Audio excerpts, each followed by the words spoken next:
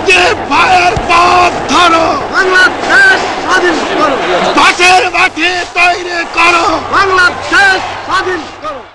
ঐতিহাসিক ৭ই মার্চের ভাষণ বাঙালি জাতির স্বাধীনতা সংগ্রামের অন্যতম গুরুত্বপূর্ণ ঘটনা। ১৯৭১ সালে ৭ই মার্চ বঙ্গবন্ধু শেখ মুজিবুর রহমান ঢাকার সোহরাওয়ার্দী উদ্যানে লাখো মানুষের সামনে এ ভাষণ দেন। তিনি বলেন, এবারের সংগ্রাম আমাদের মুক্তির সংগ্রাম, এবারের সংগ্রাম স্বাধীনতার সংগ্রাম। এবারে সংগ্রাম আমাদের মুক্তির সংগ্রাম, এবারে সংগ্রাম স্বাধীনতার সংগ্রাম। এই ভাষণের মাধ্যমে বাঙালি জাতি মুক্তিযুদ্ধের জন্য প্রস্তুত হয় এবং স্বাধীনতার জন্য ঐক্যবদ্ধ হয়ে ওঠে।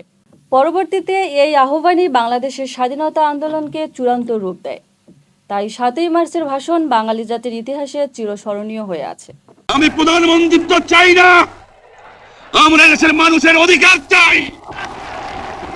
আর যদি একটা গুলি চলে, আর যদি আমার লোকের উপর হত্যা করা হয়, তোমাদের উপর কাছে আমার অনুরোধ রইল, প্রত্যেক ঘরে ঘরে তুল্ক করে তোলো।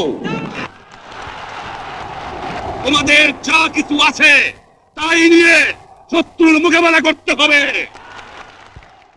প্রত্যেক গ্রামে, প্রত্যেক মহল্লায়, প্রত্যেক ইউনিয়নে, প্রত্যেক সাব ডিভিশনে আওয়ামী লীগের নেতৃত্বে সংগ্রাম পরিষদ গড়ে তোলো এবং তোমাদের যা কিছু আছে তাই নিয়ে প্রস্তুত থাকো।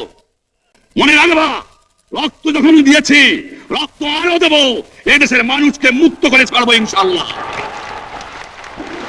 এবারে সংগ্রাম আমাদের মুক্তির সংগ্রাম, এবারে সংগ্রাম স্বাধীনতার সংগ্রাম।